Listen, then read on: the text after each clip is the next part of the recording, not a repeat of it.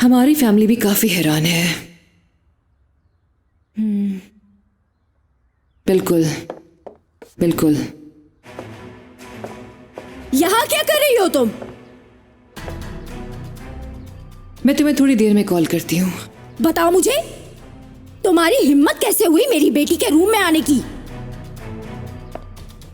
Well, देखिए, ये कमरा थोड़ा बड़ा है ना, सोच रही हूँ कि यही शिफ्ट हो जाऊं। तुम्हारी हिम्मत कैसे हुई ये सोचने की? मरी नहीं है मेरी बेटी। मर तो गई है बेचारी। यारेन, तुम तो यही चाहती हो कि मेरी बेटी मर जाए, लेकिन वो वापस जरूर आएगी, समझी? आप भी। कोई भी उसके रूम को नहीं छुएगा। अगर किसी ने यहाँ पे एक दिन का भी फेंका तो अल्लाह की कसम उसको अपने हाथों से नोच डालूंगी, समझी तुम?